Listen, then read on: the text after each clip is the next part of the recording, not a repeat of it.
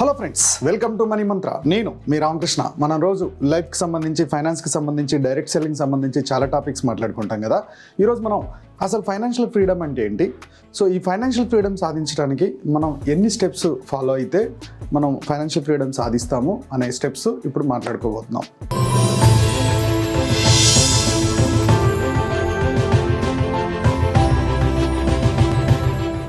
Financial freedom అంటే ఏంటి, financial freedom ఉన్న వాళ్ళకి లేని వాళ్ళకి తేడా ఏంటి?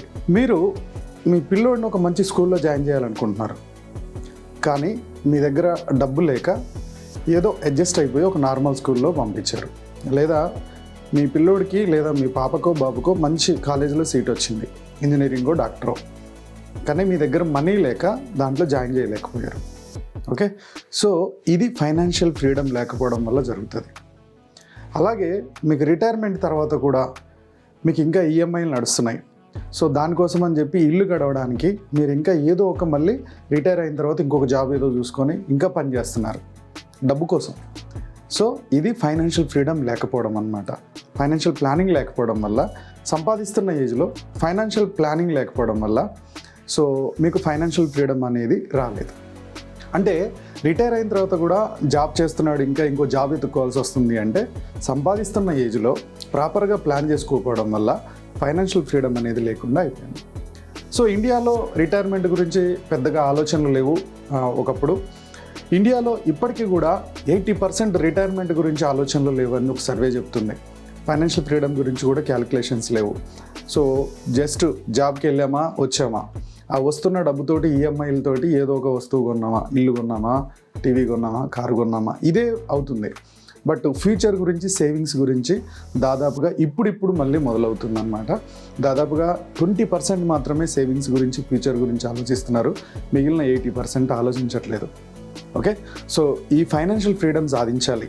రేపు ఒక ఆర్ఫాన్కి మీరు హెల్ప్ చేయాలంటే అయ్యో మన దగ్గర డబ్బు లేదే అని ఆలోచించే పరిస్థితి రాకూడదు. రేపు కంట్రీకి వెళ్ళాలనుకుంటున్నారు, ఇండియా మొత్తం టూర్ తిరగాలనుకుంటున్నారు, అయ్యో మన చేతిలో డబ్బులు లేవే అని ఆలోచించే పరిస్థితి రాకూడదు. పిల్లల ఎడ్యుకేషన్ గురించి ఆలోచించే పరిస్థితి రాకూడదు.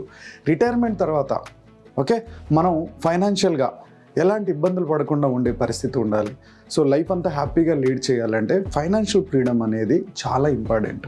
సో ఈ ఫైనాన్షియల్గా మీరు ఏ పొజిషన్లో ఉన్నారు, ఓకే, సో ఇప్పుడు వస్తున్న శాలరీని ప్రాపర్గా బడ్జెట్ ప్లానింగ్ చేసుకుంటున్నారా, ఇన్వెస్ట్మెంట్స్కి ఎంత షిఫ్ట్ చేస్తున్నారు, సేవింగ్స్కి ఎంత చేస్తున్నారు, ఇన్ఫ్లేషన్ దాటి ఇన్వెస్ట్మెంట్ రిటర్న్స్ వస్తున్నాయా, పిల్లల ఎడ్యుకేషన్కి ఎంత అవసరం పడుతుంది, అలాగే మీ రిటైర్మెంట్కి ఎంత అవసరం పడుతుంది, ఇప్పుడు ఇల్లు తీసుకోవాలనుకుంటే మీ శాలరీలో ఎంతలో తీసుకోవాలి, ఇలాంటివన్నీ కూడా నేను వర్క్షాప్లో మీతో పాటు ఒక ఎక్సెల్ షీట్లో ఫిల్ చేపిస్తాను.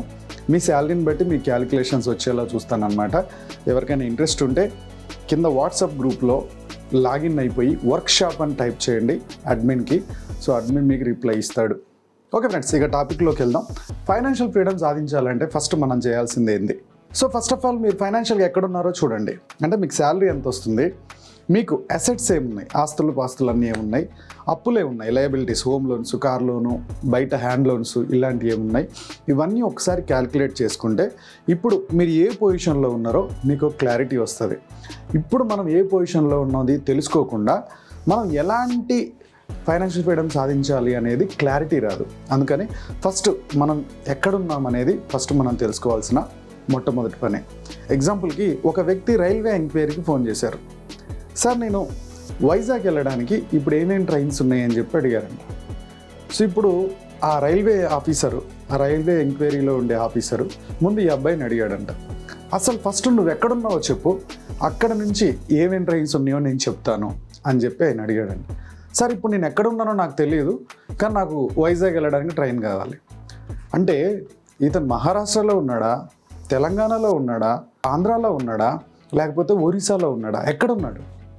ఆయన ఎక్కడున్నాడో తెలియకపోతే ఏ వెహికల్ ఎటు నుంచి వెళ్తుంది వైజాగ్ అనేది ఆ ఆఫీసర్ ఎలా చెప్పగలుగుతాడు? సేమ్ అలానే ఇప్పుడు మీరు ఫైనాన్షియల్గా ఎక్కడున్నారో మీకు తెలియకపోతే ఫైనాన్షియల్ ఫ్రీడమ్ సాధించడానికి మీరు ఏమేమి స్టెప్ చేయాలో మీకు కూడా క్లారిటీ రాదు. అందుకని ఫస్ట్ మీరు ఏ పొజిషన్లో ఉన్నారు ఫైనాన్షియల్గా చూసుకోండి. నెక్స్ట్ స్టెప్ వచ్చేసి track your money. Me salary వస్తుంది కదా, మీ శాలరీలో ఇంటి ఖర్చులకు ఎంత ఖర్చు పోతుంది, పిల్లల ఎడ్యుకేషన్కి ఎంత పోతుంది. ఓకే, సో మీకు ఒకవేళ సేవింగ్స్ ఏమైనా చేస్తే సేవింగ్స్కి ఎంత పోతుంది. ఓకే, మిగిలిన ఎక్స్పెండిచర్స్ ఏ ఉన్నాయి, రూమ్ రెంట్ కానీ మిగిలిన ఖర్చులు, ఒకవేళ హోమ్ లోన్ కానీ పర్సనల్ లోన్ ఇవన్నీ ఎంత ఉన్నాయి, అసలు మీ శాలరీ ఎలా ఖర్చు అయిపోతుంది అనేది మీరు ట్రాక్ చేయాలి. దాదాపుగా 3 నెలలు మీ శాలరీలో ఇంట్లోకి తీసుకొస్తున్న చిన్న చాక్లెట్ 20 పైసలు 50 పైసల 1 రూపీ చాక్లెట్ దగ్గర నుంచి పెద్ద పెద్ద అమౌంట్ ట్రాన్స్ఫర్ చేసేంత వరకు మీరు ప్రతిదీ కూడా ట్రాకింగ్ చేయండి.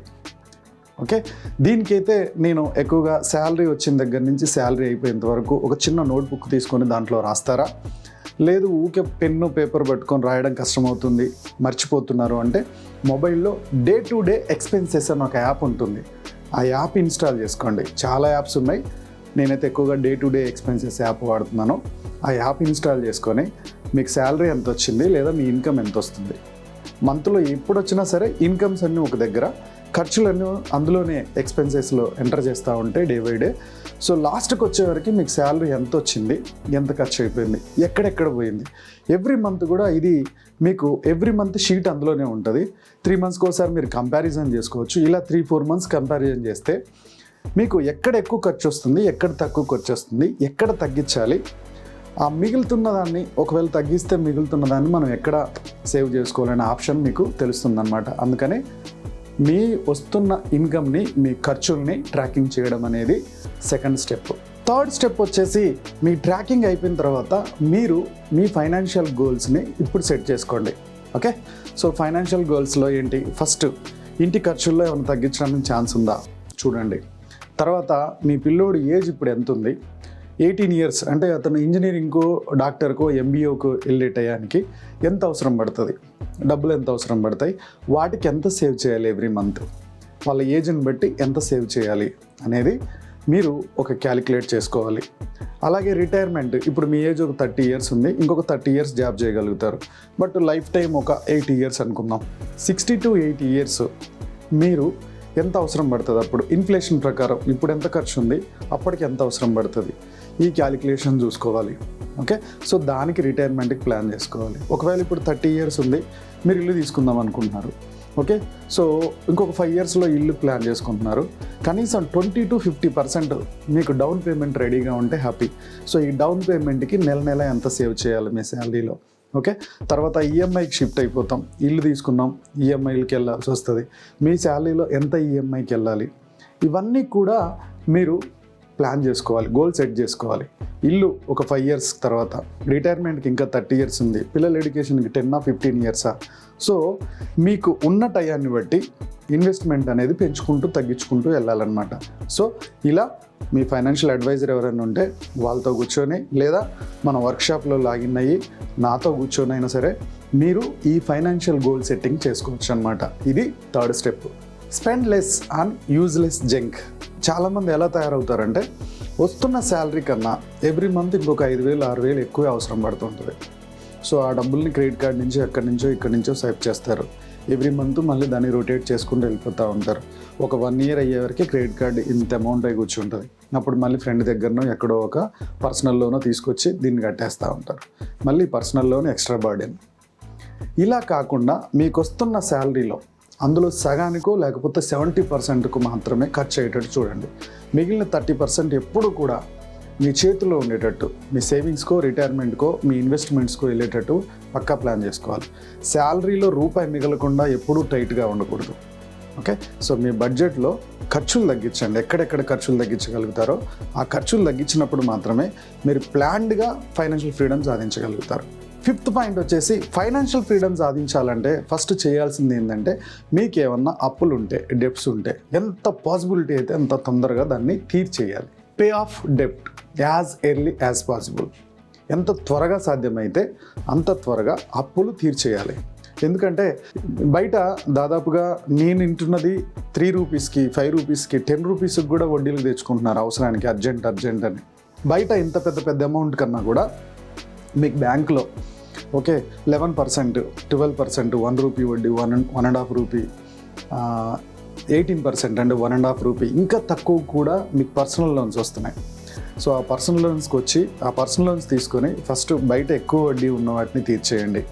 ఓకే, ఈ పర్సనల్ లోన్స్ని కూడా డబుల్ ఈఎంఐ కనుక మీరు ఫైనాన్షియల్గా బడ్జెట్ ప్లాన్ చేసుకొని మిగిలితే ఇన్వెస్ట్మెంట్స్ కన్నా ముందు అప్పులు తొందరగా తీర్చుకోవడానికి చూడండి. ఇన్వెస్ట్మెంట్ స్టార్ట్ చేశారు, బట్ అప్పులు అంతే నడుస్తున్నాయి.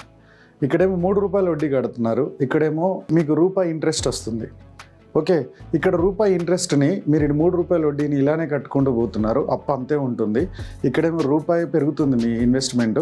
రేపటి రోజున ఈ ₹3 ఇంట్రెస్ట్ ఇచ్చిన వ్యక్తి సడన్గా 3 years అయింది, 2 years అయింది, నా డబ్బులు నాకు ఇచ్చే అన్నప్పుడు మీరు ఇన్ని రోజులు ఇన్వెస్ట్ చేసిన అమౌంట్ తీసుకొచ్చి ఇటు కట్టేయాల్సి వస్తుంది. మీ ఇన్వెస్ట్మెంట్ రేట్ ఆఫ్ ఇంట్రెస్ట్ కూడా తగ్గింది. అదేదో ముందు అప్పులు మొత్తం తీర్చేసి తర్వాత మీరు ఇన్వెస్ట్మెంట్కి వెళ్తే బెస్ట్. కాబట్టి ముందు ఎంత తొందరగా సాధ్యమైతే అంత తొందరగా అప్పులన్నీ తీర్చేయండి. ఆ తర్వాత ఇన్వెస్ట్మెంట్కి వెళ్తే మీకు మంచి రిటర్న్ చూడగలుగుతారు. నెక్స్ట్ పాయింట్ వచ్చేసి create more sources of income. చాలామంది మిడిల్ క్లాస్లో ఉన్న ఒక హ్యాబిట్ ఏంటంటే ఒకే ఒక్క ఇన్కమ్ మీద డిపెండ్ అయి ఉంటారు. ఇది చాలా చాలా డేంజర్. ఎగ్జాంపుల్కి మీరు ఎంటర్ప్రినర్ బిజినెస్ మ్యాన్లను చూడండి. ఓకే, రిలయన్స్ వాళ్ళని చూద్దాం. ధీరుభాయ్ అంబానీ గారు ఫస్ట్ స్టార్ట్ చేసినప్పుడు బట్టల ఫ్యాక్టరీకి సంబంధించి స్టార్ట్ చేశారు. ఆ తర్వాత పెట్రోలియం ప్రొడక్ట్స్ మీద, ఆ తర్వాత టెలికాంలోకి వచ్చారు. ఇలా అన్ని రంగాల్లో ఒక్కొక్కటి సక్సెస్ చేసుకుంటూ వెళ్ళిపోయారు. ప్రతి ఇండస్ట్రీలో కూడా చూడండి ఒకే ప్రొడక్ట్ మీద, ఒకే బిజినెస్ మీద డిపెండ్ అవ్వాలి, మల్టీ సోర్సెస్ ఆఫ్ ఇన్కమ్ మీద డిపెండ్ అయ్యారు. అలాగే సినిమా హీరోలు కూడా చూడండి, అంటే సినిమా హీరోలు కానీ, పొలిటీషియన్ కానీ, వీళ్ళందరూ కూడా కొంచెం అమౌంట్ ఫిక్స్డ్ డిపాజిట్స్లో పెడతారు. దాని మీద every month minimum fixed returns వచ్చేటట్టు చూస్తారు. ఇంకొంచెం ఏమో ట్రేడింగ్స్లో పెడతారు, ఇంకొంచెం ఏమో కమర్షియల్ ప్రాపర్టీస్లో పెడతారు, ఇంకొంచెం రియల్ ఎస్టేట్లో పెట్టుకుంటారు.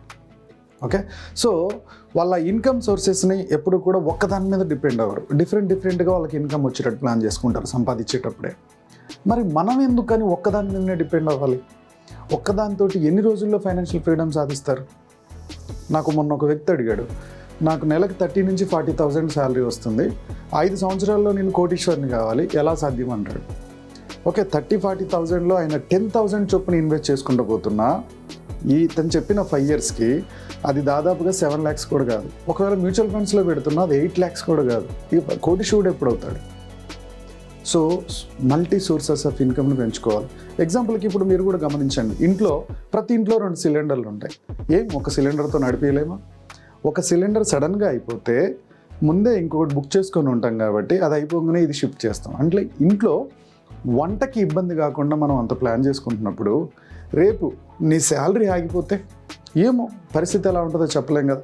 జాబే పోవచ్చు, మీ హెల్త్ కండిషన్ బాగాలేకపోవచ్చు, మరొక ఇన్కమ్ ఆగిపోతే ఇంటి పరిస్థితి ఏంటి? మీ ఫైనాన్షియల్ ఫ్రీడమ్ సంగతి దేవుడు ఎరుగు, ఇల్లు ఎలా గడవాలి? అందుకని మీకు శాలరీ కరెక్ట్గా వస్తున్నప్పుడే ఇంకొక ఇన్కమ్ సోర్స్ గురించి ఆలోచించండి. అన్ని పరిస్థితులు బాగున్నప్పుడే ఇంకొక ఇన్కమ్ సోర్స్ గురించి ఆలోచించాలి. పరిస్థితులు దిగజారిపోయిన తర్వాత ఇంకొక ఇన్కమ్ సోర్స్ గురించి కాదు. అన్నీ బాగున్నప్పుడే ఇంకొక ఇన్కమ్ సోర్స్ ఆలోచించండి. వెలుతురున్నప్పుడే ఇల్లు చక్కదిద్దుకోవాలి. అంటే మీ ఒంట్లో శక్తి ఉన్నప్పుడే మీరు ఇంకొక ఇన్కమ్ సోర్సెస్ని ఏర్పాటు చేసుకోవాలి. నేనైతే పార్ట్ టైంలో direct selling business, affiliate marketing, okay, so ఇవి కూడా నేను చేసుకుంటూనే ఇన్కమ్ సోర్సెస్ని పెంచుకుంటూ వెళ్తున్నాను. మీకు డైరెక్ట్ సెల్లింగ్లో ఎవరికన్నా మాతో పాటు జర్నీ చేయాలన్నా, మీకు ట్రైనింగ్ సపోర్ట్ ఇస్తూ ముందుకు తీసుకెళ్ళాలన్నా మేము ఖచ్చితంగా మీకు ట్రైనింగ్ ఇస్తాం. వాట్సాప్ గ్రూప్లో లాగిన్ అయ్యి డైరెక్ట్ సెల్లింగ్ అని మీరు అడ్మిన్కి మెసేజ్ పెడితే మీకు కావాల్సిన ఇన్ఫర్మేషన్ ఇస్తారు. సో నెక్స్ట్ పాయింట్ వచ్చేసి అవాయిడ్ లైఫ్ స్టైల్ ఇన్ఫ్లేషన్. అంటే ఇప్పుడు మీరు మీ పిల్లల ఎడ్యుకేషన్ కోసం సేవ్ చేస్తున్నారు, రిటైర్మెంట్ కోసం సేవ్ చేస్తున్నారు, ఇల్లు కోసం సేవ్ చేస్తున్నారు. ఇవన్నీ కూడా ఎవ్రీ ఇయర్ ఇన్ఫ్లేషన్ 7% పెరుగుకుంటూ పోతుంది. అంటే ఈ రోజున మీకు ఒక టూత్ పేస్ట్ ఒక ₹100 ఉంటే అది నెక్స్ట్ ఇయర్కి ₹107 అవుతుంది. ఆ నెక్స్ట్ ఇయర్కి దాదాపుగా ₹114-115 అవుతుంది. అంటే ఇన్ఫ్లేషన్ పెరుగుతుంది. అలా ఇన్ఫ్లేషన్ పెరుగుతున్నప్పుడు మీ ఇన్కమ్ లెవెల్స్ పెరుగుతూ పోవాలి. అంటే కనీసం ఎవ్రీ ఇయర్ 7% మీ శాలరీ పెరుగుతూ పోవాలి. At the same time me savings ఏవైతే ఉన్నాయో, మీ రిటైర్మెంట్ కోసమో, ఎడ్యుకేషన్ కోసమో, హోమ్ డౌన్ పేమెంట్ కోసమో మీరు ఇన్వెస్ట్ చేస్తున్న అమౌంట్ ఇన్ఫ్లేషన్ని బీట్ చేసేటట్టు ఉండాలి. కనీసం ఇన్ఫ్లేషన్ దాటేటట్టు ఉండాలి. ఎగ్జాంపుల్కి 5 years కోసం అని చెప్పేసి ఎవ్రీ మంత్ ఒక 10,000 ఇన్వెస్ట్ చేసుకుంటూ వెళ్తున్నారు. ఇన్ఫ్లేషన్ ఏమో 7% ఉంది. మీరేమో ఫిక్స్డ్ డిపాజిట్లను, రికరింగ్ డిపాజిట్లను చేసుకుంటూ పోదాం అనుకున్నారు. రికరింగ్ డిపాజిట్లో 5-6% వరకే ఉంది. రేపు 5 years మెచ్యూరిటీ తర్వాత ఇప్పటిదాకా మీరు సంపాదించింది ఎంతంటే ఇన్ఫ్లేషన్ కన్నా కూడా 1% తక్కువే. ఎట్ ద సేమ్ టైం ఆ రికరింగ్ డిపాజిట్ మీద మళ్ళీ మీకు వచ్చిన ఇంట్రెస్ట్ మీద మీరు ఏదైతే సంపాదించారో ఇంట్రెస్ట్ దాని మీద మళ్ళీ 10% ట్యాక్స్ కట్టాలి. సో మీ సంపాదన అంతా ఇన్ఫ్లేషన్ కూడా బీట్ చేయలే. కాబట్టి ఇన్వెస్ట్మెంట్స్ ఎప్పుడు కూడా సాంప్రదాయ పద్ధతిలో మా తాత అదే చేశాడు, మా నాన్నమ్మ అదే చేసింది, మా నాన్న అదే చేశాడు, నేను పోస్ట్ ఆఫీస్లో కడతా, ఫిక్స్డ్ డిపాజిట్లో వెళ్తా, ఇలాంటి ఇన్వెస్ట్మెంట్స్ నుంచి కొద్దిగా బయటికి రండి. చదువుకున్నారు, కాలం మారింది. ఒకప్పుడు మీ తాత దగ్గర బైక్ లేదు, ఓకే, మీ నాన్నకాడికి వచ్చేవరకు బైక్ వచ్చింది. ఇప్పుడు మీరు మా తాత సైకిల్ దొక్కాడు కాబట్టి నేను అదే దొక్కుతాను, మా నాన్న బైక్లో వెళ్ళాడు కాబట్టి నేను బైక్లోనే వెళ్తాను, లేదు కదా, కారుకి షిఫ్ట్ అయ్యారు. తాత ఒకప్పుడు పంచ కట్టుకున్నారు, ఇప్పుడు మీరు పంచం కట్టుకోవట్లేదు కదా, లైఫ్ స్టైల్కి తగ్గట్టు మారుతున్నారు. అలానే ఇన్వెస్ట్మెంట్స్లో కూడా కొంచెం మైండ్ సెట్ మార్చండి. ఇన్ఫ్లేషన్ని బీట్ చేసే ఇన్వెస్ట్మెంట్స్ ఎక్కడెక్కడ అనేది తెలుసుకోండి. మన యూట్యూబ్ ఛానల్లో ఇన్ఫ్లేషన్ బీట్ చేసే వీడియోస్, ఇన్వెస్ట్మెంట్స్ చాలా చెప్పాము, ఓకే. సో అదొకసారి నేర్చుకోండి. ఇంకా యూట్యూబ్లో చాలా డేటా దొరుకుతుంది మీకు. ఒక ప్రాపర్ గైడెన్స్ తీసుకొని మీ ఇన్వెస్ట్మెంట్స్ని డిఫరెంట్గా పోర్ట్ఫోలియోలో ఇన్వెస్ట్ చేయండి, ఓకే. ఇంకా సాంప్రదాయ పద్ధతిలో అదే ఫిక్స్డ్ డిపాజిట్లు, అదే పోస్ట్ ఆఫీసులలో ఫైనాన్షియల్ ఫ్రీడమ్ కాదు కదా, కనీసం ఇన్ఫ్లేషన్ కూడా బీట్ చేయలేరు. లాస్ట్ స్టెప్ వచ్చేసి రిపీట్ ద ప్రాసెస్. ఇప్పుడు మీరు ఏదైతే ప్రాసెస్ చేస్తున్నారో ఎవ్రీ ఇయర్ ఒకసారి చెక్ చేసుకోండి, సేమ్ ప్రాసెస్ని రిపీట్ చేసుకుంటూ వెళ్ళండి. ఇన్వెస్ట్మెంట్ ఎప్పుడు కూడా రాత్రే పెద్ద అమౌంట్ అవ్వదు బాస్. మీకు మనీ ఎప్పుడు కూడా కాంపౌండింగ్ రాత్రి అవ్వదు. మీకు ఇయర్స్ పెరుగుతున్న కొద్దీ కాంపౌండింగ్ అనేది పెరుగుతూ ఉంటుంది, ఓకే.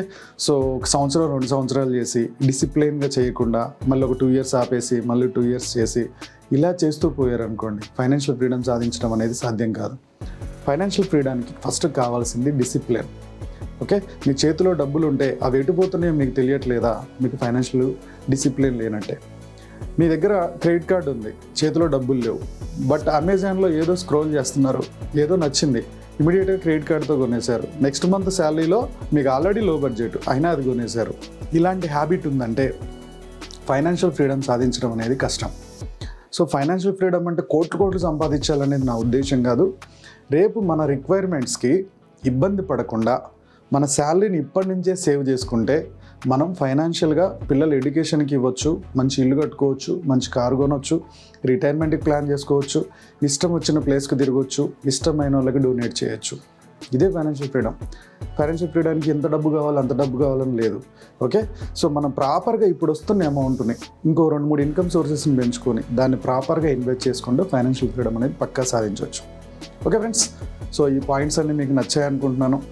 ఈ పాయింట్స్ అన్ని మీరు ఇంప్లిమెంట్ చేసి ఫైనాన్షియల్గా చాలా ఫ్రీడమ్ సాధించాలని మనస్ఫూర్తిగా కోరుకుంటున్నాను. రీసెంట్గా వాట్సాప్లో నాకు మెసేజ్ వచ్చింది, సార్ 2 ఇయర్స్ నుంచి మీ వీడియో చూస్తూ అప్పులని తీర్చేశాను, ఓకే. డౌన్ పేమెంట్ 30% కట్టి ఒక ఇల్లు తీసుకున్నాను. సో నిజంగా మణిమంత్ర ఆర్కే గారికి ఐఎమ్ రియల్లీ హ్యాపీ అని చెప్పి ఒక మెసేజ్ వచ్చింది. అలాంటివి చూస్తున్నప్పుడు చాలా హ్యాపీగా ఉంటుంది ఫ్రెండ్స్. సో విని వదిలేయకండి. దీన్ని ఎప్పుడైతే ప్రాక్టికల్గా ఇంప్లిమెంట్ చేస్తారో, ఓకే, ఖచ్చితంగా మీ రిటైర్మెంట్ లైఫ్, మీ పిల్లల లైఫ్ చాలా బాగుంటుంది. ఈ వీడియో నచ్చినట్టయితే లైక్ చేయండి, కామెంట్ చేయండి, షేర్ చేయండి. మా యూట్యూబ్ ఛానల్ చూస్తున్న మా వ్యూవర్స్, మా సబ్స్క్రైబర్స్ లైఫ్లో ఎప్పుడు కూడా గొప్పగా స్థిరపడాలని కోరుకోవడంలో మా మనీ మంత్రం ముందుంటుంది. Go self made.